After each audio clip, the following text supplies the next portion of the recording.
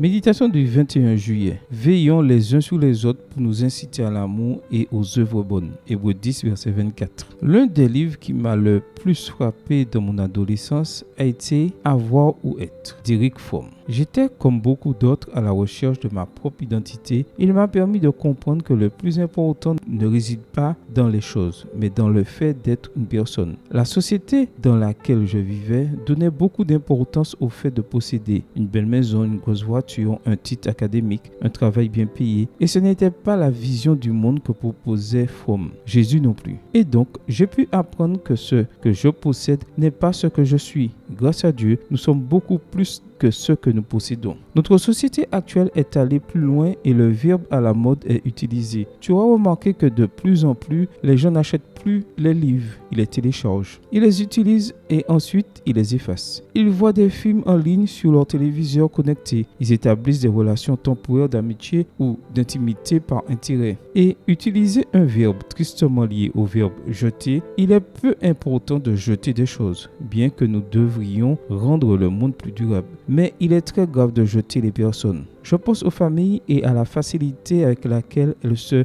désintègrent. Les mariages sont plus fragiles que jamais parce que, prétendument, l'amour s'est éteint. Ceux qui emploient cette expérience devraient peut-être réfléchir et dire plutôt que cette relation ne servait plus leurs intérêts. Il en est de même avec les relations parents-enfants qui sont de plus en plus dépendantes des intérêts personnels non concordants. Plus qu'à une relation personnelle, on répond à des transactions entre utilisateurs exigeants. Aujourd'hui, comme hier, nous devons rappeler à nos amis et connaissances que le message de Jésus concerne l'être, que nous devons posséder moins, utiliser moins pour aimer plus et aider plus. Et ce n'est pas qu'une question de spiritualité, comme le disait Eric Fromm. Vivre correctement n'est plus une demande éthique ou religieuse. Pour la première fois dans l'histoire, la survie physique de l'espèce humaine dépend d'un changement radical du cœur humain, ou comme Paul l'a dit, veillons les uns sur les autres pour nous inciter à l'amour et aux œuvres bonnes. Veiller sur les autres est un défi qui se présente à nous dans un monde en manque d'êtres humains. Qui sait si notre mission n'est pas, entre autres, de dire à mon voisin, mon ami ou pas, que j'ai de la considération pour lui, qu'il a de l'importance pour moi, que Dieu a aussi de la considération pour lui et qu'il ne sait pas combien il a